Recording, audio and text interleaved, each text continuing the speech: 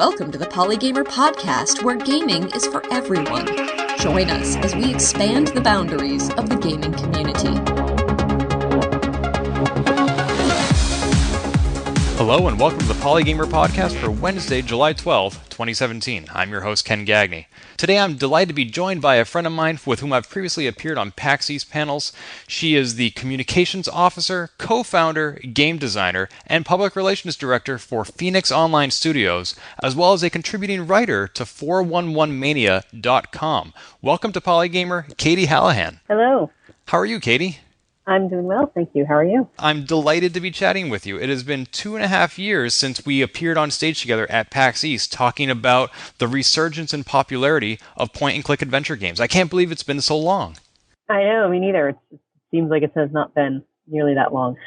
I know, and I really have to give you credit for really putting that panel together. I was the one who submitted it and moderated it, but you connected me with both panelists, Dave Gilbert and Steve Alexander. Without the three of you, I would have been up there alone, so thank you so much. Yeah, I'm glad it worked out. I've known both those guys for years through the adventure game community, so it was fun to get to do something together like that. So what is this adventure game community? Are there just a bunch of developers who get together in a back room once a month and chat about the good old days? The community is more online based. A lot of us, know each other a lot through Twitter or Facebook, or just in the older days through various forums that everyone would go to talk about adventure games or fan remakes and that sort of thing that were getting made. And we've all sort of kind of grown into being commercial developers for the most part. Some of us started that way in a few cases. Right, because if I understand it correctly, Phoenix Online Studios didn't launch as a commercial developer. You were just a bunch of fans who were missing the King's Quest games, of which the latest one had come out in 1998 at the time. So about 10, 15 years ago, you and some friends got together and said, let's make our own King's Quest game, and put together the label Phoenix Online Studios by which to publish it. Is that sort of the synopsis? That is definitely the short version, yeah. I make it sound so easy. Yeah, I know. I also can't believe that was like 15 years ago now, which is crazy. Because that also feels like, we've been doing this for maybe 5-10 years. It's like, oh gosh, it's been way longer than that. Yeah, it's been a good chunk of our lives that Phoenix Online Studios has existed. Mm-hmm. So you have really grown Phoenix Online Studios so much more from its foundings, and its origin story, the long version, can be found online. You've told that story before. I won't make you repeat yourself. Mm-hmm. But you have since gone on to work with such renowned developers as Jane Jensen on games like Cognition, the Erica Reed thriller, and as well as a remake of the original Gabriel Knight game, which a lot of fans from the 80s just adore. How was it that you evolved Phoenix Online Studios from just a self-published fan game to this empire? Empire is a strong word. That's why I use that one. Don't want to be talking too big for my britches here. Yeah, a lot of it was just, perseverance, and, we were doing something we really loved. And, the more we got into making the Silver Lining and really enjoying that, for a lot of us, that was the thing we were doing that we really enjoyed, even though, there was no payments involved, and we were spending all our spare time doing this instead. So it came to the point where it was like, okay, you know what, we're doing this, we're doing well, we're getting good reaction, we've got a pretty good following for this game, and we've got our own original ideas that we would love to make into games. So let's go for it. And we had that in mind for a couple of years, and then finally, kind of after we were releasing the first few episodes of TSL, it became just the right time to finally try, and that was when we went and did our Kickstarter for Cognition, which was our first commercial game. That was late 2011. And then, since then, just a lot of putting in the time every day during the day now so that we can keep open and keep making games and publishing games. So I mentioned all these titles that you have at Phoenix Online Studios: Communications Officer, Game Designer, etc. What were you doing when you first launched Phoenix Online Studios? Because I imagine there was probably a lot of grunt work to do as far as like graphic design or programming, audio, voice acting, etc. Were you down in the code working on this stuff? No, I am not a programmer. That is kind of one of those useful skills that now I sort of wish maybe back in college I had picked up or try to pick up something of it. But even if I tried that, I'm not sure that I would be that good at it. It's just not my particular forte. But I've been a writer and designer since I joined way back in the day. And from there, it just sort of grew into, as you said, the many hats that I'm wearing now, which honestly, everyone at Phoenix, and I think probably anyone at any indie developer could tell you, it's definitely a job where you wear many hats. And a lot of times, if there's something that needs to get done, and you've got any sort of inclination towards whatever that particular task is, you kind of learn how to do it as you go, because someone's got to do it. So, but yeah, I am not artistically gifted, and I am not a programmer, but I can write and I can talk to people. So that was sort of how I moved into being a designer and doing the PR and the communications officer part of it. So I know we could probably do a whole episode on this, but roughly, what does it mean to be a game designer? So I feel like this is a question you might get a different answer from different people on, because for some it'll involve more of the, as you said, in the trenches, programming and putting all the pieces together technically. But for me personally, it's about writing the story of the game. Figuring out not just what what people are saying and what the puzzles are. It's all of that, but just also what is the story that you want to tell, which is my kind of first love, because I always wanted to be a writer when I was growing up, and then I encountered adventure games. It was great for me. I loved it because it was like I was playing a book, and so that was what drew me to that. And the idea of making those was kind of always this little pipe dream that I had in the back of my head, but I didn't really think I would actually end up doing. And so when I got the opportunity to do that, it kind of literally was a dream come true. So to me, the big focus is finding the best way to tell a story and kind of bring the player into that story, have them, how to get them interested in the plot that's going on and the characters that are involved in it, and moving forward and figuring out, what are the next steps, unraveling whatever the mystery of this particular game is going to be. I think we're of about the same age, and I too wanted to grow up to make video games and work in the games industry. When I was in high school, I thought that meant going to college and learning how to program and actually make the games. There was no awareness back then of the need for other assets, the need for the humanities and the arts and the literature. Now the school I went to has a whole program in interactive media and game design. It's so encouraging to know that there are all these other skills and so many other entry points into this passion. Yeah, there are. And it's been great to see that more and more schools are basically, coming up with those sorts of things, that are finding, it is more than just programming, or even just writing, or just having a cool visual aesthetic and so forth. Games themselves have really evolved to where it's a lot of different pieces coming together to tell that story, to create that experience, whatever it is that you want to have. What does it mean to be a game designer when you're working on a remake of a game like Gabriel Knight? Since the story is pretty much already there must still be a lot of work that needs to be done to update a 30-year-old game. Oh, yeah. 20-year-old. Oh, the sorry. 20th anniversary edition, no problem. Yeah, for the remake, it was very different. We were working with Jane, which was awesome. She was fantastic to work with, and she was also really excited to revisit Gabriel Knight, and sort of take this game that a lot of people had really loved, and kind of reintroduce it to a new generation, and also kind of clean up and tweak some of the parts of it as well. So she found her original design Bible basically, and went through that, and it was a lot of reviewing and reminding herself where are all the particulars of all the steps of the puzzles and everything. And then so a lot of the assets, of course, we couldn't use a lot of things because, the game was much older, and, things like sound files and graphics and whatnot, all those were being updated, or the originals were long lost. So there wasn't really an option to use them. But, so for example, the scripts for what the lines were, since we were going to be doing new voice acting, we actually had a program that pulled all of the written dialogue out of the old game engine.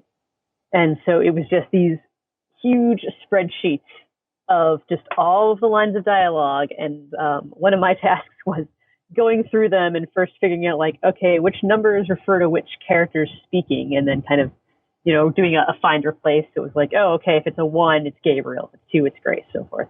And then kind of reordering the dialogue into a script that could be used for recording. So, that was certainly a long task, but it was interesting to look through a lot of it, and occasionally there would be things in there that were interesting, like either lines that got cut or just lines that were kind of directions to either a programmer or something like that.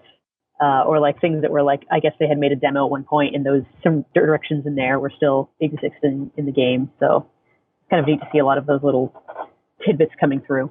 But so yes, design wise, I mean, the game stayed largely the way it was. It was the events of the game, since it takes place over 10 days, were shifted around somewhat so that the amount you do on each day was a little more even. In the original, there were some days that were particularly long and other days where you really only had to do maybe like 3 or 4 things to kind of get to the next day already. So with the idea in mind that this might, and eventually did, of course, be kind of split up into pieces for a mobile download, we evened out the workload basically of what you're doing each day so that, you weren't basically, so someone wasn't, if you're paying, $2.99 for this pack of days, which is days, like 2 through 4 or whatever, and all of a sudden it's like, hey, I did a lot of stuff here, but on this next one, I did almost nothing, but it cost the same. And we didn't want people to feel like they were getting, ripped off or something like that if they were buying it. Yeah, so that was probably the major thing. And then a lot of it was just, looking at the original and figuring out, what a newer high-res, 3D, glamorized version of it, if you will, would look like or sound like.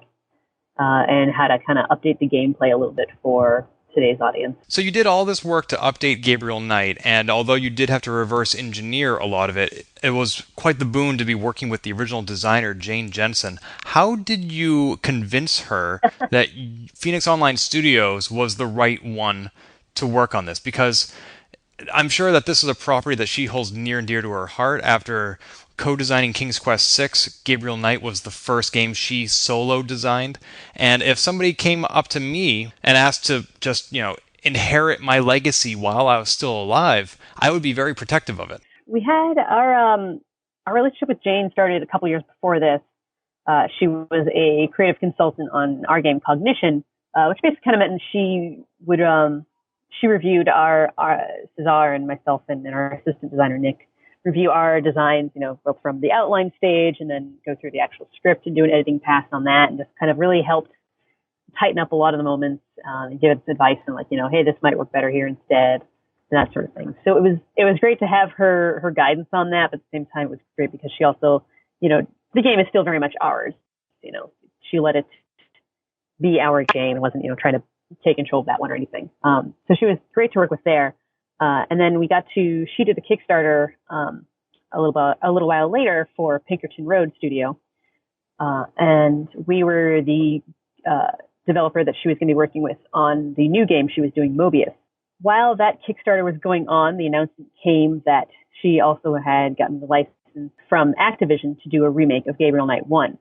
So that was kind of packaged into the Kickstarter. Technically, that wasn't the one being funded by the Kickstarter. It was Mobius, and Activision was kind of letting Gabriel Knight be part of the reward packages for that. So our development relationship with her started with Mobius, and then partway through, while we were working on that, we're in the early stages of Gabriel Knight were being worked on, sort of the updating of the design Bible and the working out the scripts and stuff that I was talking about. And then so she was kind of deciding what studio to go with for this. And I mean, in our case, we had a good relationship with her, and yeah, we got a chance to show her that we wanted this game, we wanted to do right by her, with Gabriel Knight, that we loved this game. Our CEO, Cesar in particular, it was the game he idolized, and Jane was, the designer that he idolized. And his fanboyingness of her was essentially how we ended up meeting her, because he kind of, as I used to say, there was no one he couldn't stalk down online somehow. So yeah, I think she got to see that we respected the original, and we wanted to make a remake of it, the best that it could be. And the original really was a big influence on the games that we were making now. So thank you for clarifying that timeline. I'm not sure I realized that you had already worked with her on multiple projects before the topic of a Gabriel Knight remake was broached. That must have made things a lot easier because you knew each other both personally and professionally. She knew what you were capable of, and you knew that you worked well together. Yeah, exactly. Mobius and GK did overlap a lot. So even my memory, honestly, of like which one came first, chicken or egg. But I know as far as an order of development, and in the end, it was that, we worked on Mobius, and then as that one was wrapping up, GK kind of ramped up a lot more. So there was a lot of that going on at the same time.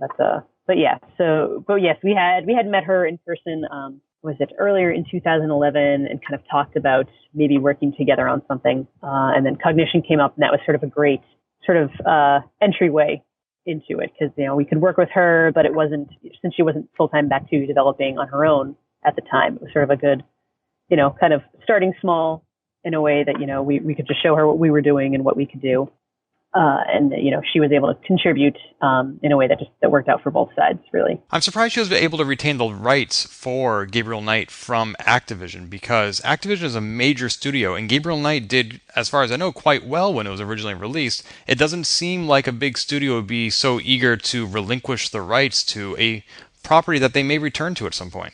To be clear, Activision does still own it. Essentially, she had a license agreement to do this remake. So, I think from their end, that was, at the point where a lot of the designers from sort of that golden age of adventures were coming back into the limelight, especially through Kickstarter. And I think Activision, I would imagine, saw a chance for getting into that game, if you will, with one of the original designers of a game that, yes, had done well. And, not too long afterwards, the Odd Gentleman announced their King's Quest remake that they were doing. And they kind of did their little relaunch of the Sierra line, or the Sierra brand name anyways. Right, because Sierra and Activision are companies that you have had your own encounters with as far as, property rights and legalities and contracts. Yes, you have. Again, I won't make you rehash the entire story, but The Silver Lining was originally entitled King's Quest IX because King's Quest VIII was the last official one, and Vivendi Games, who owned the rights, said no, and they were owned by Activision, and then this and that. And how many different companies have you fought with to make this game exist? Technically two. So it was Vivendi owned it themselves a while back, like 2005, I think, and they sent us a cease and desist. And, our fans were awesome. They helped write a petition. We kind of sent like videos and explanations of what we were doing and so forth to Vivendi. And we were able to come to an agreement to get a fan license from them, which was basically, you can release this for free and you have our permission. Just, don't make any money off of it. And they did ask us at that time to change the title and take King's Quest out of it, which is when it officially became The Silver Lining. And then a few years later, Activision bought Vivendi, and so by the time we were ready to release the first episode, we went to our old contact, and they were like, "Oh no, you have to talk to Activision now." They had no idea what we were talking about, so they sent us a cease and desist order. Oh no! Yeah, just to them, they had no idea, and they were like, "What? These people want to do a thing with our property?" No, of course not. So it makes sense entirely from their point of view that they did, and again, they were, we kind of, our fans again were awesome and rallied into petitions and whatnot and letters and phone calls a second time, which we always thought was amazing because we really did not expect that at that point. And yeah, we were able to, again, work out a fan license agreement with them, which was really the first time they had done that. And sort of, I think once they understood what we were doing and what we were definitely not trying to do, which was, say that this was an official game or try to sell it for money and so forth, they were great to work with on that.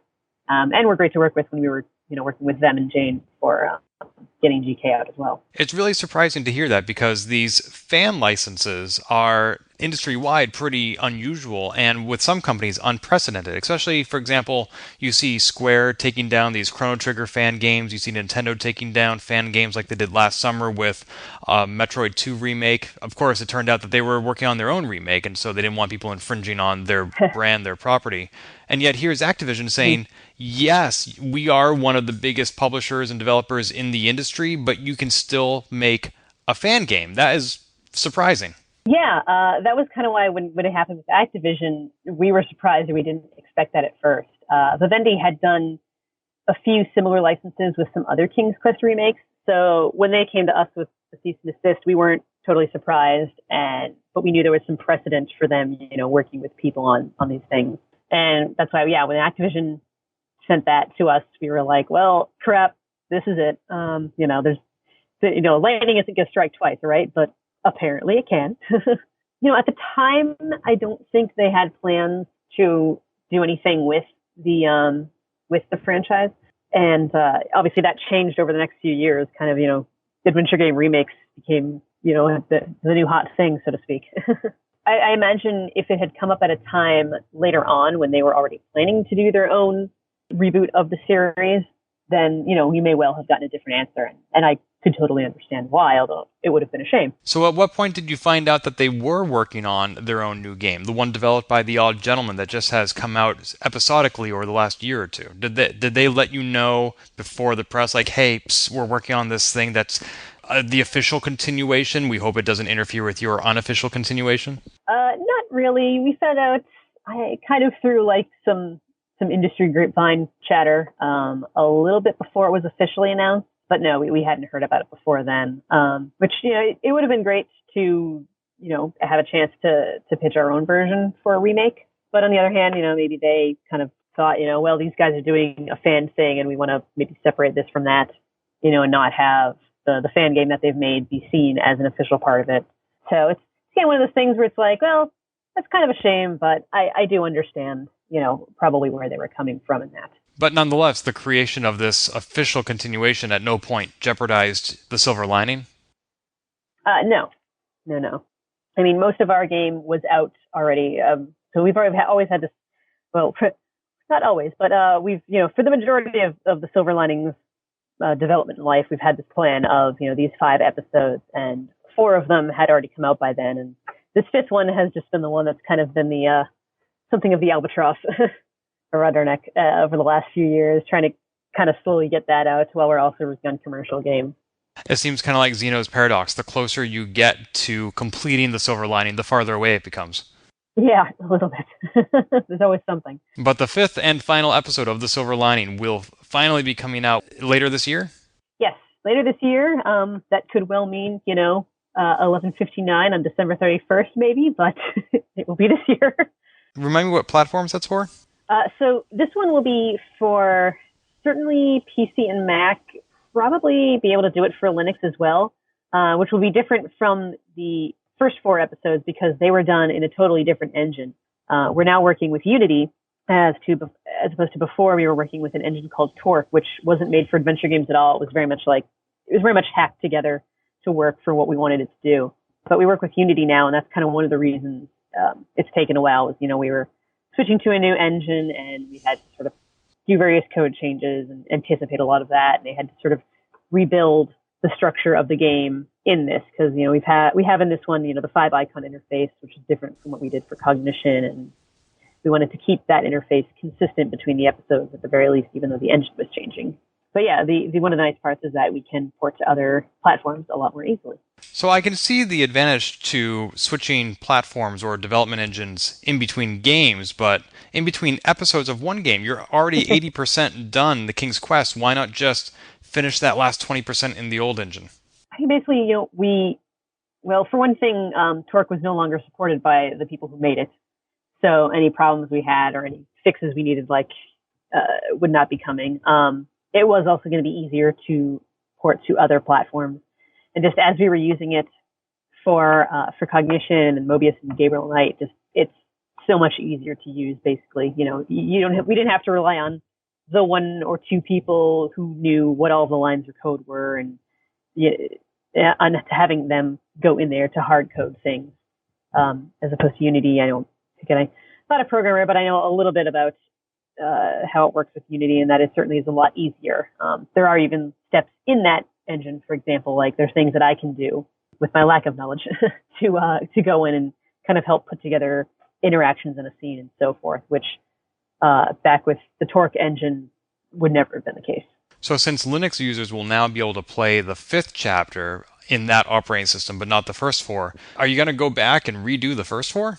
No, that would involve another 15 years worth of work. Right. There are some very enterprising people in our forums who over the, when we were releasing the first ones and they were Mac and Linux users, they came up with a lot of fixes basically for how to run it successfully with a Windows emulator. And people have had a lot of, good luck following those directions. So generally when someone comes to us and asks about that, we have to be sorry, we're not going to be able to port it. But here are some ways that people have gotten it to work, and generally speaking, that works out for them. So, when you say Unity is easier to port, does that mean we'll be seeing mobile versions of the Silver Lining? I don't know. We have our agreement, which lets us release it, through our website, essentially. So I'm not sure if we'd ever put episode 5 up on other places. I would certainly be kind of interested in the idea, but that would definitely be something we'd have to talk with Activision and see what they would say about that. This reminds me of Cognition, an Erica Reed thriller, which was released in 4 parts. The first 2 were for iOS, and the latter 2 were not. Is that correct? That is. That's another one of the projects that we keep needing to come back to finally release those 2 on there. And I think that had to do with, our Mac expert at the time, or our Mac expert who was there for, kind of the iOS port export expert. I think he left around that time, and we were kind of just focusing head down on, the PC Mac versions. And then a little while later, we did the update for the Game of the Year version, which had a bunch of bonus material. So kind of our goal now is we'd like to, at some point, get those last 2 episodes onto iOS, also update the first 2 to include all of the, the new bonus material that you can get, and then also do an Android version at the same time. Because I can totally see a world where you released it for multiple platforms, Steam and mobile, and after the first couple of episodes, you're gathering data and analytics after each incremental release, and you're seeing which versions are selling and which are not, and that you might decide not to proceed with iOS. Not having gone into this interview yet, I kind of thought that might be why we hadn't seen the iOS versions yet, is because it wasn't worth it. No, I don't know the numbers off the top of my head, but no, from my understanding, or from what I can think of, that's never come up for Cognition. Yeah, for that one, it was doing pretty well. I think we learned from later mobile releases kind of some ways that we wish we'd done it differently. Like, it would have been better to kind of package them all into one app and then do in-app purchases, for example, so that as opposed to right now, the way Cognition is in the iOS store, episode 1 and episode 2 are 2 totally different applications that you have to download. But at this point, that's kind of is what it is on the App Store. So not really much changing that now, but probably when we get the Android version out, I think we'll do more of the in-app purchase version instead. I appreciate that you're limited in which platforms you can release Gabriel Knight and The Silver Lining, perhaps due to contractual obligations. But with your own games, do you have any desire to see them on consoles? That's one of the things. It would be really cool. I think porting adventure games to consoles, I think, can be tricky. Because, obviously it's got a very different control scheme, and also there's a different audience. Not that I don't think there isn't an audience for it out there, but I think consoles as a whole, that's not usually the kind of game people go to it for. So that has been a thing that we've been interested in. Just we've never quite gotten the time and man hours available to really look into it and put a lot of the effort into it. So definitely it's out there, I think, for possibly happening in the future. I don't know that the back catalog would be put out there, but possibly if we finally get that to happen and, find a good way to sort of make it work well on consoles, then yeah, I wouldn't say no. I do appreciate that a point-and-click adventure game works well with an interface that makes it easy to point and click or tap and click. So something like the Wii U, for example. But I haven't played it. Thimbleweed Park came out for Xbox One and is coming out for Nintendo Switch. So there are precedents for this working. How well, I can't say, but they are releasing these games for consoles.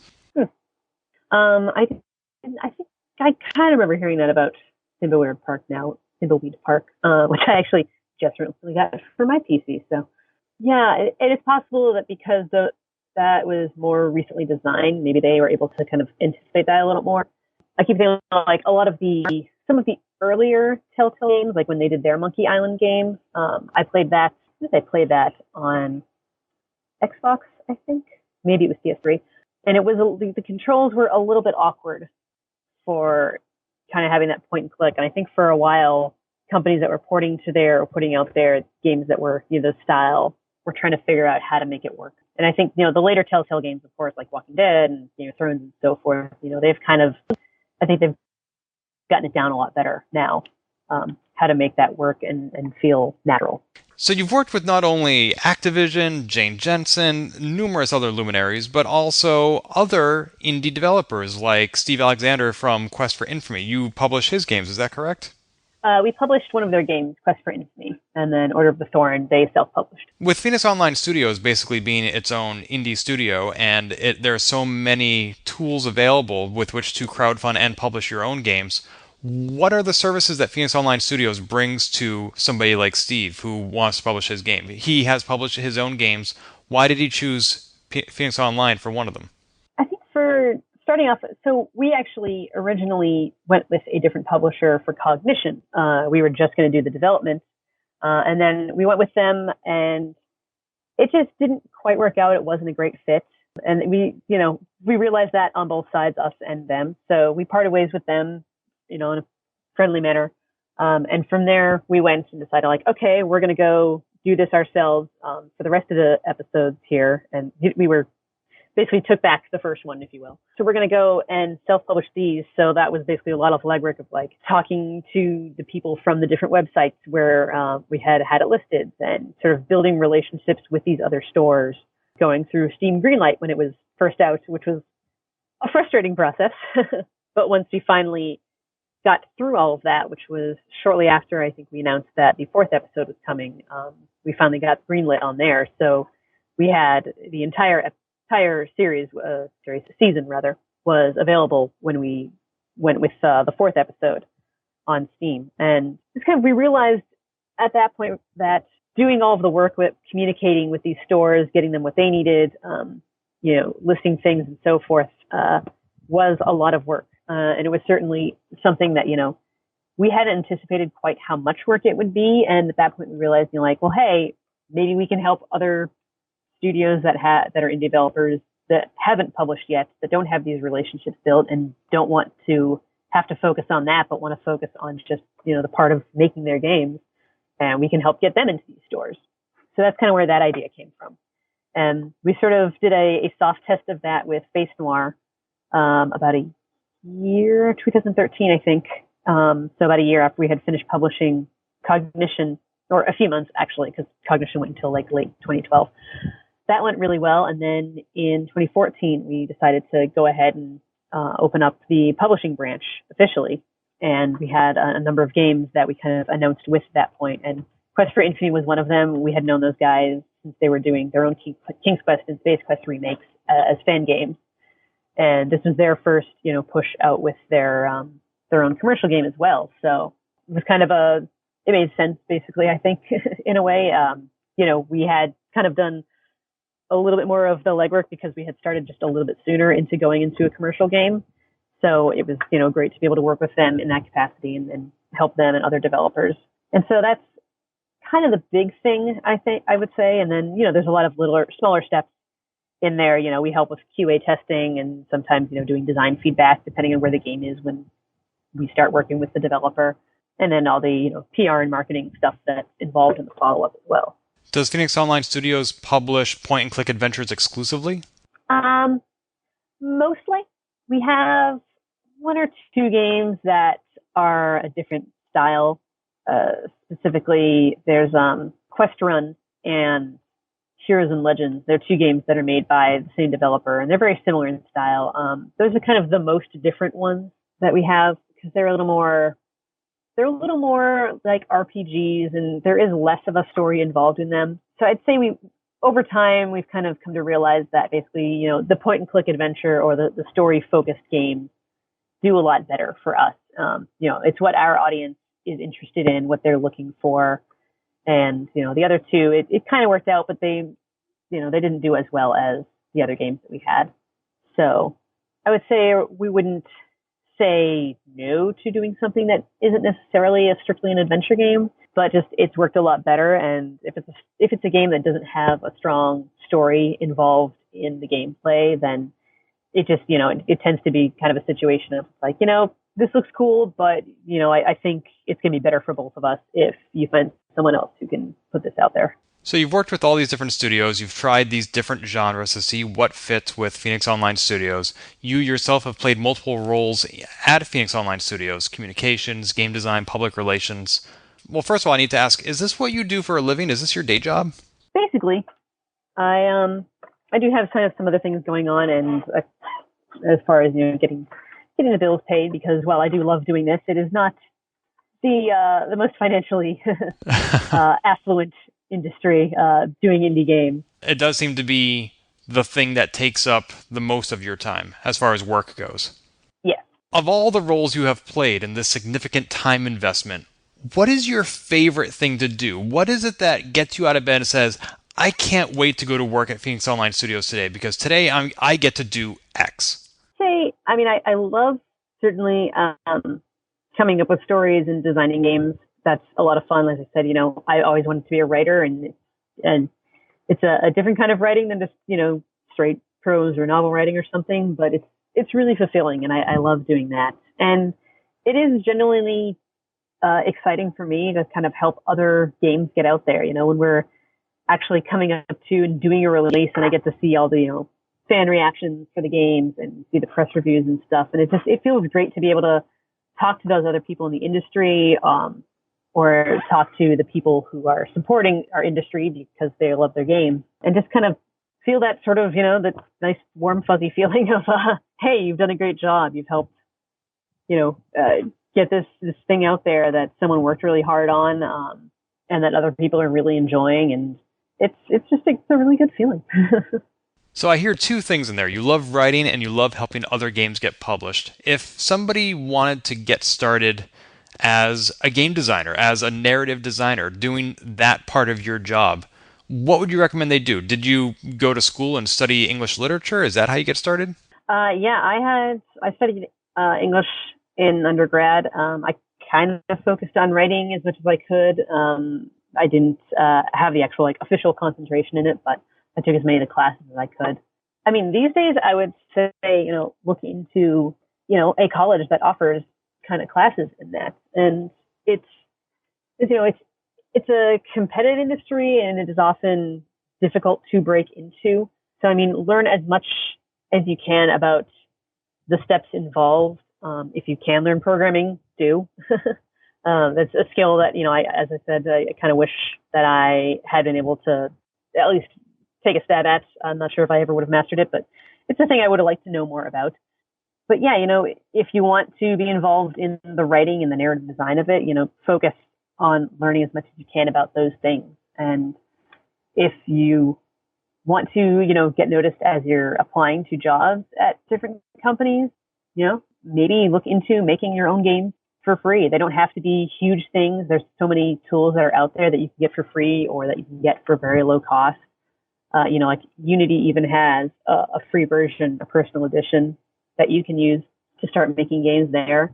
And they don't have to be, as I said, they don't have to be these big hours long sweeping epics. Make a little one room game where you find some stuff or something. You interact with a few things, and basically as much as you can stretch your legs in what you want to do, the better you're going to be at it. And if you're, using that to apply to jobs, you can say, hey, here's this thing that I made. Here are the things I did and what I learned from it.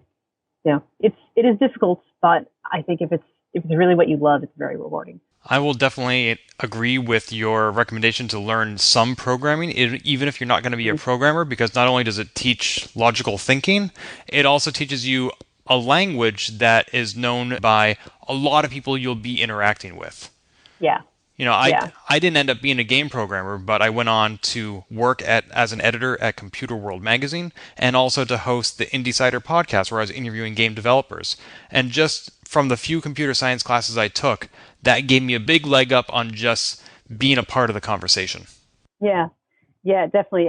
Even though as I said, I don't have to get into it myself, but knowing a few things about it and just being able to understand what other people are saying when they saying, oh, XYZ is happening when I'm trying to do this, or, if you're doing design work and you're trying to, lay out how you want a scene or a sequence to look or how you want it to go, it helps to know even just a little bit about what the tools are that are used to make that happen, so that you can, kind of even just nudge people in that direction. It's sort of the same thing for giving feedback on, animations or art. Because I've done some directing of episodes that we've put out, and to be able to look at that and say, okay, here's what I like about it. Here's what I would like to be changed. To be able to say that in the language that they work with and that they understand really helps just to be able to do that. and it helps get things done a lot faster as well. So we just gave a lot of great advice on not only how to become a writer, but also how to make games. If somebody wanted specifically to create a point-and-click adventure game, what resources do you recommend?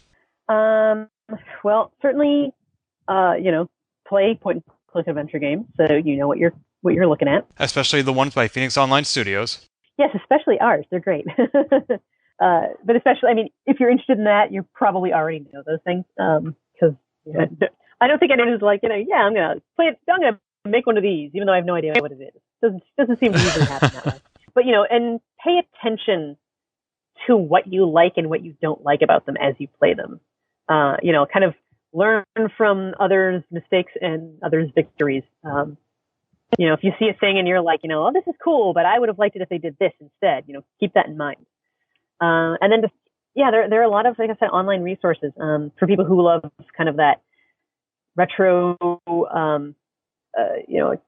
256 color, not 16-bit, but the VGA graphics, that's what I'm looking for. VGA graphics style. There's a free, engine called Adventure Game Studio, which is, as the name implies, developed and designed to be able to make adventure games with it. I haven't worked with it myself because we work in a different style than those, but I've played a lot of the games made in that, and there are a lot of really great ones out there, and they have a pretty strong community on their website and just online in general. And then like I said, Unity is also a great engine to use to learn how to put things together. But it's a lot of like you said, learn the skills that you can, see what else is out there, so once you know what's already been done, and so you can see what you like and what you don't like, and what you feel, not only that other people will respond to as players, but what you respond to. Because I think I have definitely noticed and felt that the games that either, I've worked on and really love, or that, I can see other developers, really love, the ones that you can tell people are passionate about, they come out better for it. Absolutely, and I think that holds true for almost any art or any industry, where if you are more passionate about your work, you are going to do better work. Mm-hmm. And so it's such a shame that people think that they need to throw themselves into careers that they hate just because it makes a lot of money, and then they end up being miserable, and their work probably isn't that great either. Yeah. Wow, so we have covered so much about Phoenix Online Studios and point-and-click adventures, especially your aspect of writing for these games. If you have time, I'd like to talk a little bit about some of the other writing you do that is not for Phoenix Online Studios. Is that all right? Yeah. Great. So you are a writer for 411mania.com. Your title is contributing writer, as we mentioned at the top of the show. Is that right? Yes. And 411mania.com, if I understand it, was originally a wrestling site. So are you covering all the latest takedowns between Dwayne "The Rock" Johnson and The Undertaker? I am not. But it started off as a wrestling site. At some point in its history, became kind of about media and popular movie and TVs and games even in general. But that changeover happened well before I came into it. I've been writing recaps and reviews of TV shows for them for almost 2 years now, actually. And which TV shows are your beat? I do The Walking Dead, Fear the Walking Dead, and I used to do Legends of Tomorrow. Oh, why don't you do Legends of Tomorrow anymore? Unfortunately, just that particular recaps weren't getting a lot of views. So. Oh, okay. It's not that you stopped watching the show. No, I kept watching the show, and actually, the show was getting a lot better finally towards the end. There are a lot of earlier reviews, especially season 1, where I'm very much like, it's doing this thing again, and I am so annoyed. But so that's why that one fell off. But that's Walking Dead and Fear the Walking Dead I'm still doing. I remember you and I had an exchange on Facebook where you were talking about season 3 of The Flash, and I was like, spoilers, and you said, Ken, this is 6 months old, and I always watch my shows on DVD, so I'm always a year behind.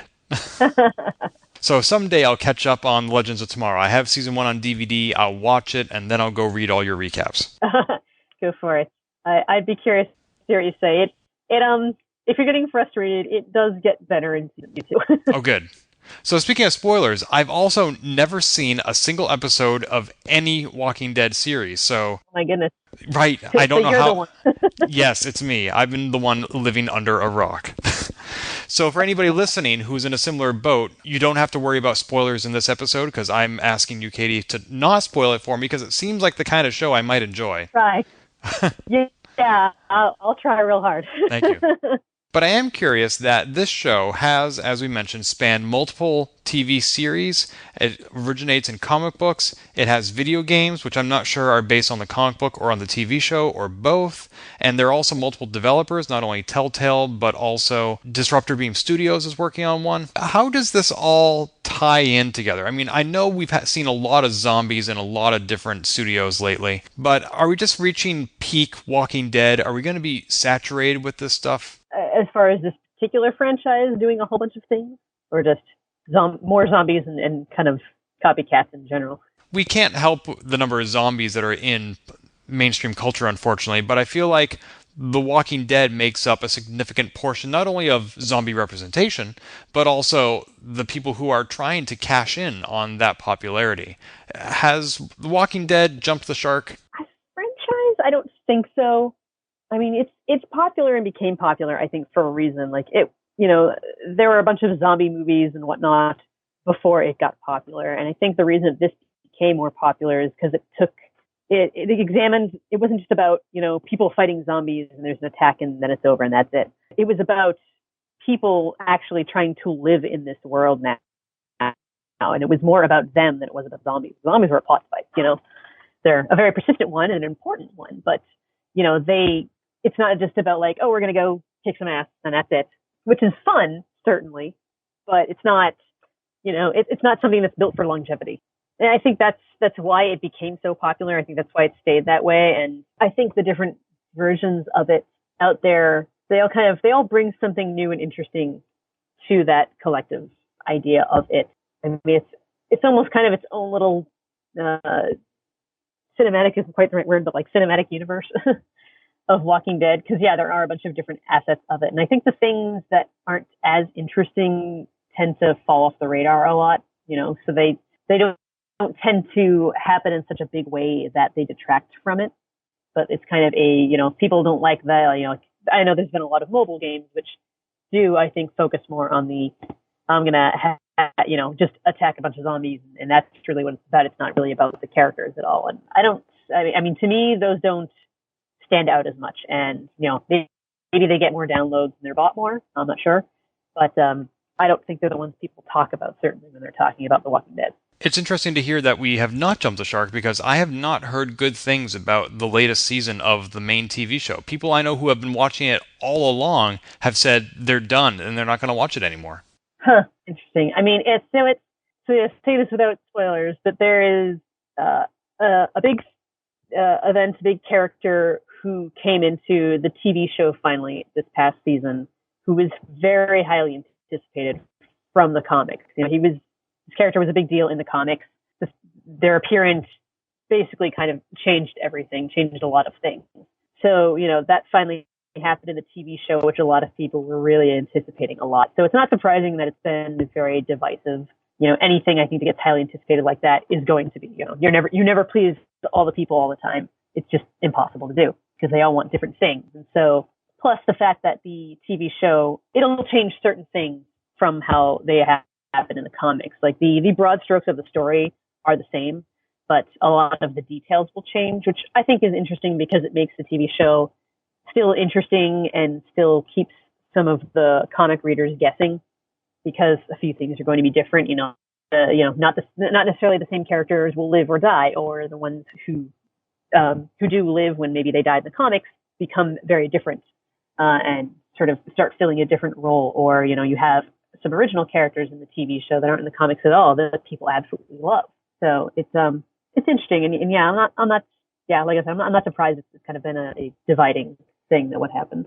I'm glad to hear the TV show has the creative license to deviate from the comic books. I wasn't really sure what the relationship was, but I do know that comic books in general don't always have an end game. They just sort of continue in perpetuity, like Superman or Wonder Woman, for example. They have arcs, but the overall character and comic book continues. That's not true for TV shows.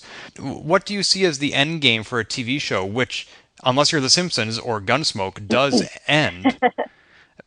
When it's based on a comic book, that does not end. Well, so the Walking Dead comic book is still going, and it's been going for a long time now, like probably at least 10 years, I'm sure. And it's a little different in that it is a continuing story. So, it's been like, time like 5 years or something maybe has passed since it started, but it's still an ongoing story. So it's different in that, like there is still material in there that the TV show could continue to follow up on. The current arc that is happening on the TV show was, I think, the high point of the comics so far. And they've had some interesting stuff happen since then. I haven't found it as interesting personally, but I'm curious. Obviously, the comics are still selling, so it's not like it's bad. It's just I found that particular arc to be the most interesting, and it could have made a good place to if Robert Kirkman had wanted to be like, yep, this is a good spot, I'm going to leave it here, that would have been fine, I think. So I'm not sure plans about how long the TV show is, if there's a planned endpoint, if they're going to keep going with things, or if it'll just be we're going to go until the ratings drop and we're no longer on top, so we decide we're going to cut our losses there.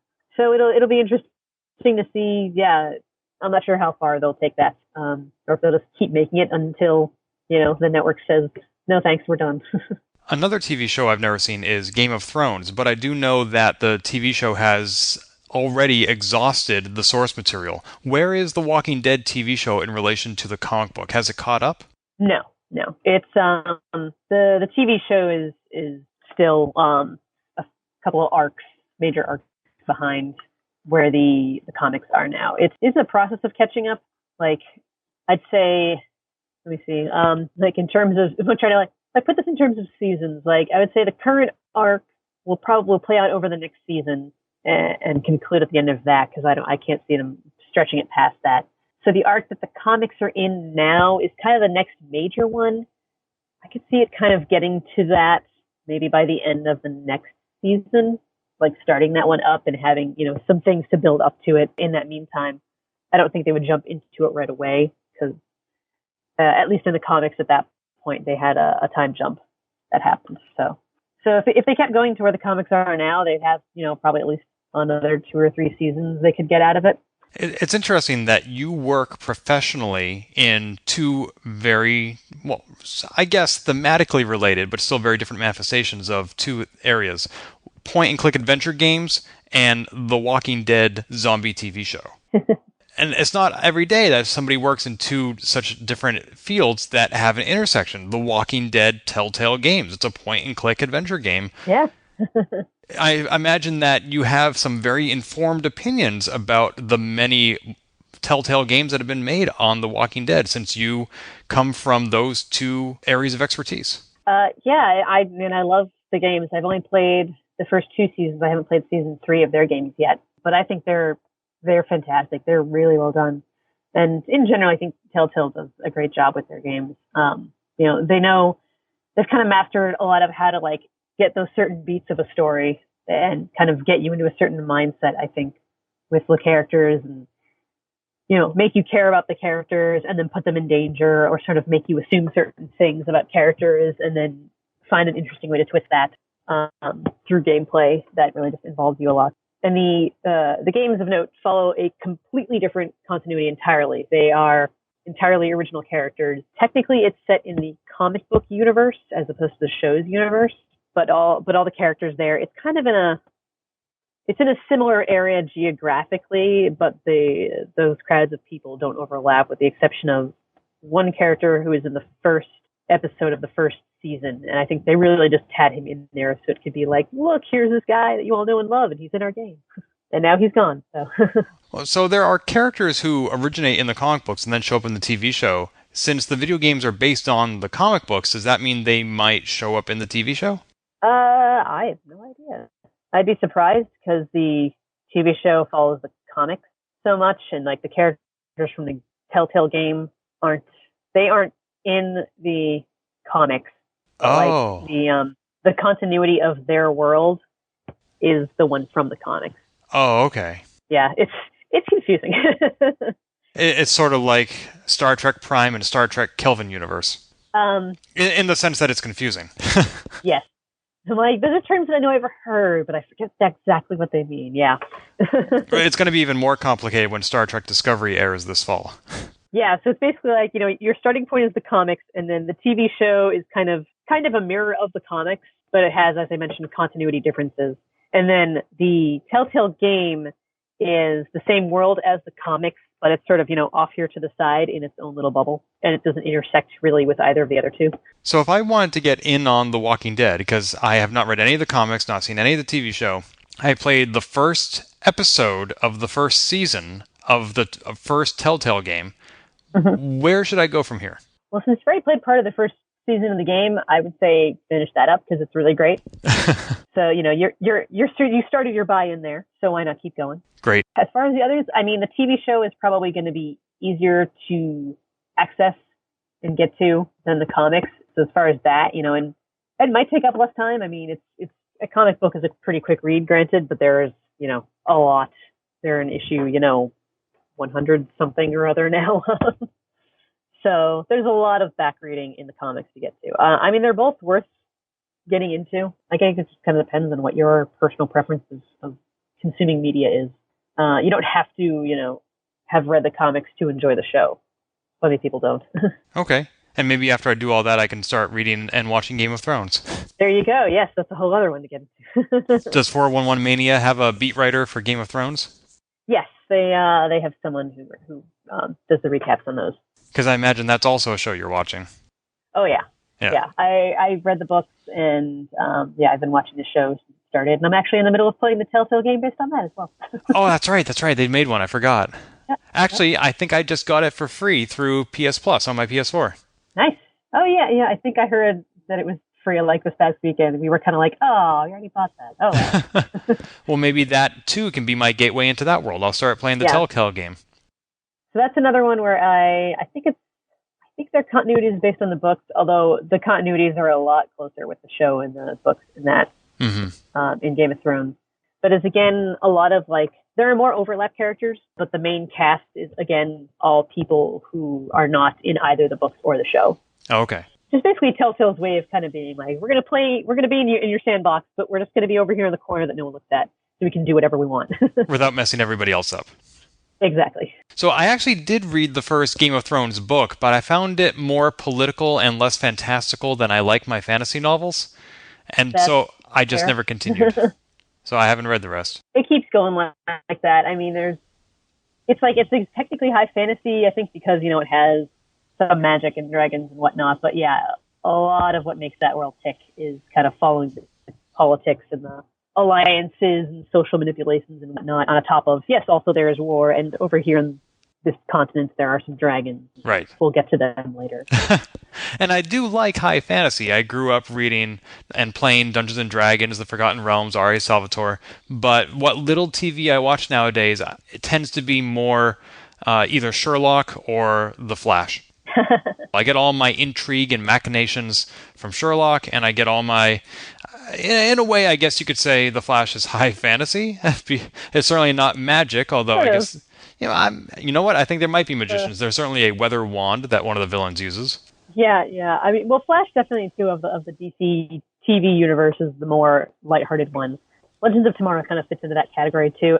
Actually, that's one of the things I think they had trouble with in their first season because they had characters from both the Flash universe and the Arrow universe. So it was like, all right, we've got the really dark and broody ones, and then these much brighter, happier ones. So how do we make them all work together?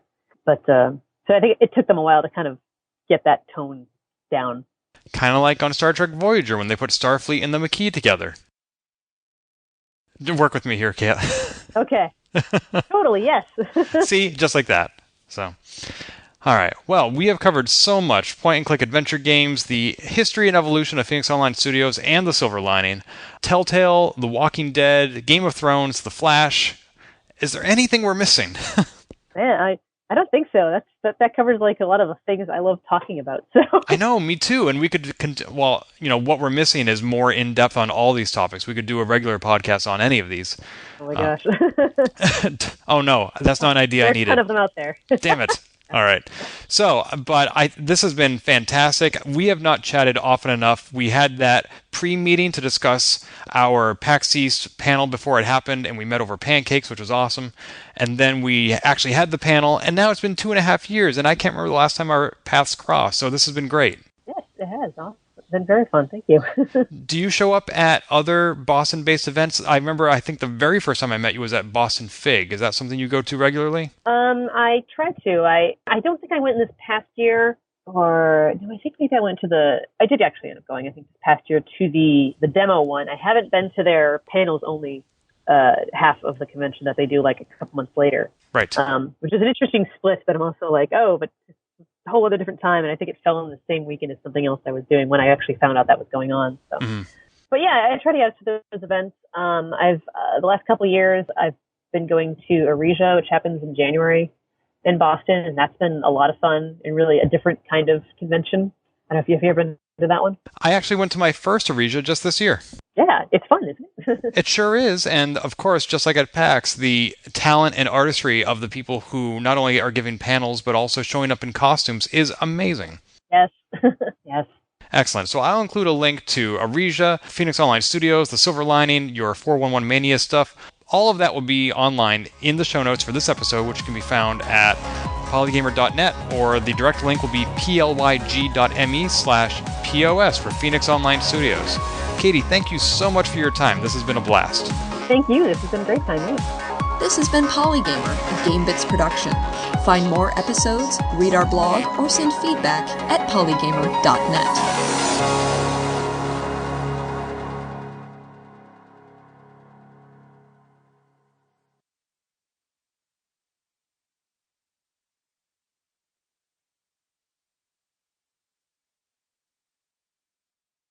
If you can pause for just a moment, I need to take some bread out of the oven. Sure. Thank you. Go Be for right it. back. Yep. Thank you. Now my house won't burn down. Yay. Everyone wins. Right. Another successful podcast. Whew.